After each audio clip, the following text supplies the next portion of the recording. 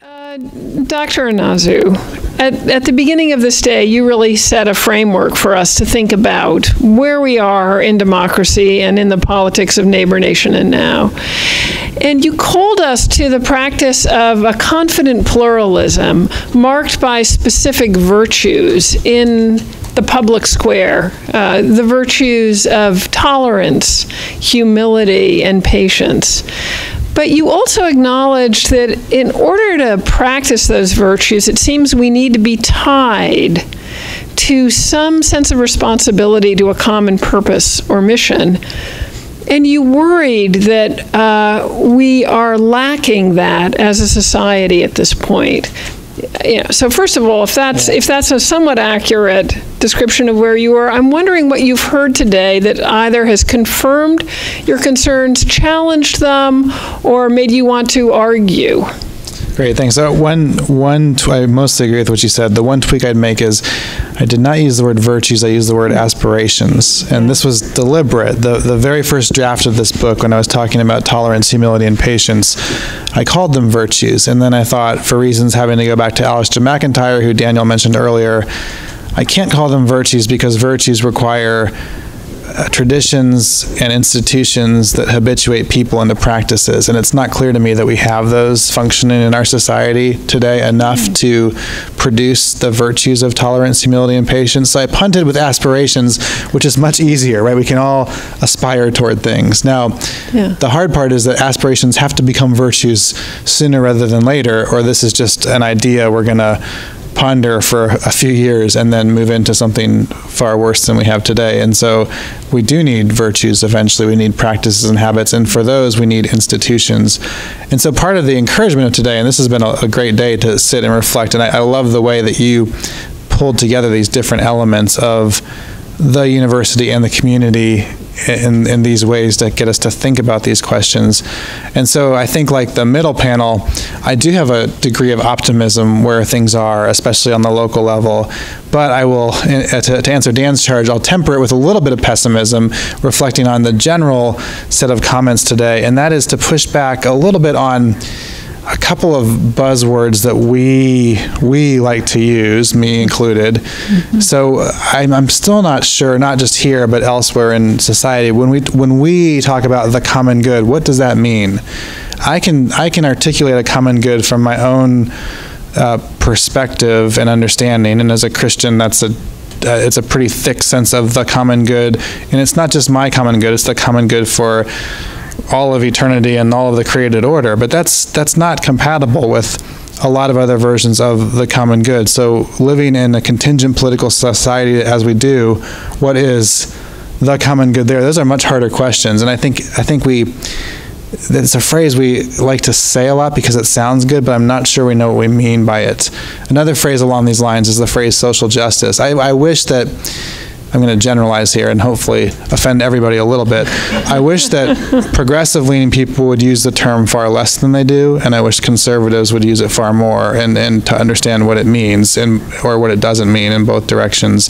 And in some ways, a greater specificity of meaning around these things like the common good and social justice might help us focus more on the nature of our differences, how sharp they can be at some points, and then where common ground might be possible. And that will, I think, mean for all of us giving up on some of our sacred cows a little bit, and that's going to be hard. And so this was kind of the precursor conversation in some ways to that. Yeah. So if we could take Dr. Dan Lowry's homework format and kind of translate it. He challenged us to think about, every time we hear the word citizen, could we substitute consumer or taxpayer without loss of the meaning in the utterance? Mm-hmm. And if so, have we lost some underlying understanding? So if we listen and we hear the word common good, what is the word you would challenge us to translate it into, to test to see if it holds water?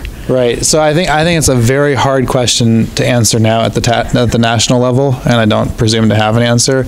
I think at the local level, I would much rather, let's say I'm living here in Valparaiso. I would much rather hear about... We'll take that. I would much rather hear about the a specific interest. Well, let me back up. The common good in Valparaiso is a different question than the common good in Valparaiso plus Gary, right? That's going to situate your entire political framework, and that means radically different answers and radically different solutions and partnerships. And so, I'm not necessarily saying that one is right or wrong, but you have to situate the entire set of questions around that precursor question, and then you can get to specifics. So I would prefer to hear something about the partnership, the Gary Valparaiso partnership for housing equity or education equity, rather than the partnership for social justice, whatever that means, right? So the more specific and articulable people can get with interests that are attainable. This is why the national conversation is so hard. I don't know what interests are actually attainable at a national level when it comes to people's lives. But locally, you can start to think about that, and in a manageable way that's actually going to be bigger tent, because you're not going to start line drawing in the specifics, but you're going to focus on a narrow issue that can draw in a big tent. So that's kind of what I think about when I... So in terms of narrative and defining the horizons of our community, we need to be thinking more inclusively and more broadly about the common good we're serving? Well, I think that goes to the purpose question, right? What is the purpose of? I mean, in some ways, there are common good initiatives that Valparaiso needs to take, and I'm staying at a house on Jackson Street, so the Jackson Street neighborhood needs common good initiatives for, I'm just making this up, but a new playground or whatever it is, right? There's a common good effort there, but that's a different set of questions than what does it mean to think about the long-standing issues of structural racism that have led to certain community distinctions in very proximate areas, and then is the we here, do we care about that, and how, or do we care about it at a state level or nationally? And at some, those are hard questions, but they're going to require creative solutions and solutions that get out of the current political dynamics. So I'm thinking, I'm most familiar with St. Louis, where I live now, and the challenges in St. Louis around housing and education and equity and healthcare inequities, they're massive, and neither of the current political parties is offering any kind of plausible solution, but the ideological entrenchment on both sides is amazingly strong. And so until people stop believing in their politics and start believing more in their neighbors, including their complicated neighbors who have differing views about lots of things, then I think we're stuck in this. We not only don't have a common good, we don't even have a common plan, right? Yeah. And it's also a matter of finding common ground. And that has to be literal in some ways, as I hear you, that the public forum is an actual place that we have to find where we connect with those neighbors.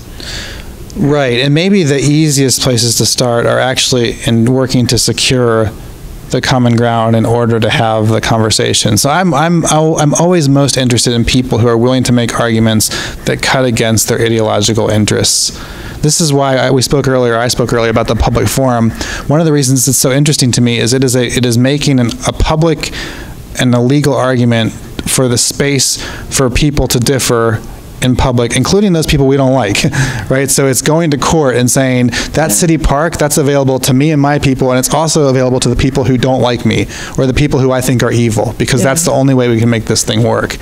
And so when I hear stories of people who are willing to make sacrifices on behalf of people who do not share their beliefs or who are maybe even opposed to their beliefs, that's interesting.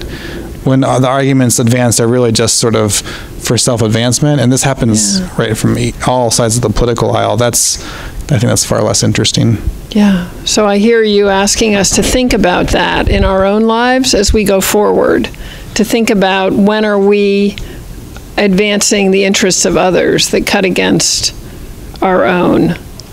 Right, but also then I think that requires being honest about the descriptive work. So when Dan was talking about the different kinds of description we have and the different kinds of facts, I thought that was really useful and important. but we don't actually describe with specificity a lot of the time. When it comes to things that make us uneasy about either our own ideological priors or where they lead us, we start to talk in euphemisms, right? And when we start to criticize the other side, then it's very particularized. So how do we actually particularize our language to name our own shortcomings and challenges and the consequences of some of our own beliefs? And then how do we hold in a public way other people accountable to those same norms? For some reason, what flashing through my mind now is that United Airlines situation where the CEO says the passenger was reaccommodated, right? We often use euphemisms to mask violence, right? And we do that all the time. And so can we be accurate and real about the costs of what we're doing, including realizing that this world we can be hopeful and also name tragedy and realize that we're not going to have a perfect solution here, and that because we're in this world, we might just be experiencing a lot of pain and shortcomings of the vision we would hope to see otherwise, and that living in that pain and naming that pain accurately is part of living together with integrity. Mm-hmm. Well, part of living together with integrity is being in conversation with very thoughtful, scholarly and also citizenly people like you. So we cannot thank you enough for coming to our public forum today, for helping lead us off. I think there are obviously very, very many conversations embedded in what you just said that we'll be carrying forward. I hope somehow we'll stay in touch with you, and that all of you, as we go forth in this democracy in transition, will continue to participate in the politics of neighbor and nation and now, and continue to make this world a better place. So on that note, I want to thank you all for coming. I want to give a special set of thanks to a number of people in the back. I'm going to start with my team, Katie Burnaby, Allie DeVries, Thais Carter, who has been just an incredible, even though she hasn't been in Valparaiso, has been making so much happen in Valparaiso, and Faith Briggs. And I also want to acknowledge the extraordinary volunteer leadership of Caleb Rollins, who stepped up as an alumni to chair our planning committee and really help shape this conference into the very extraordinary experience it's been, at least for me today, and I hope for others of you. So let's give them all a huge round of applause.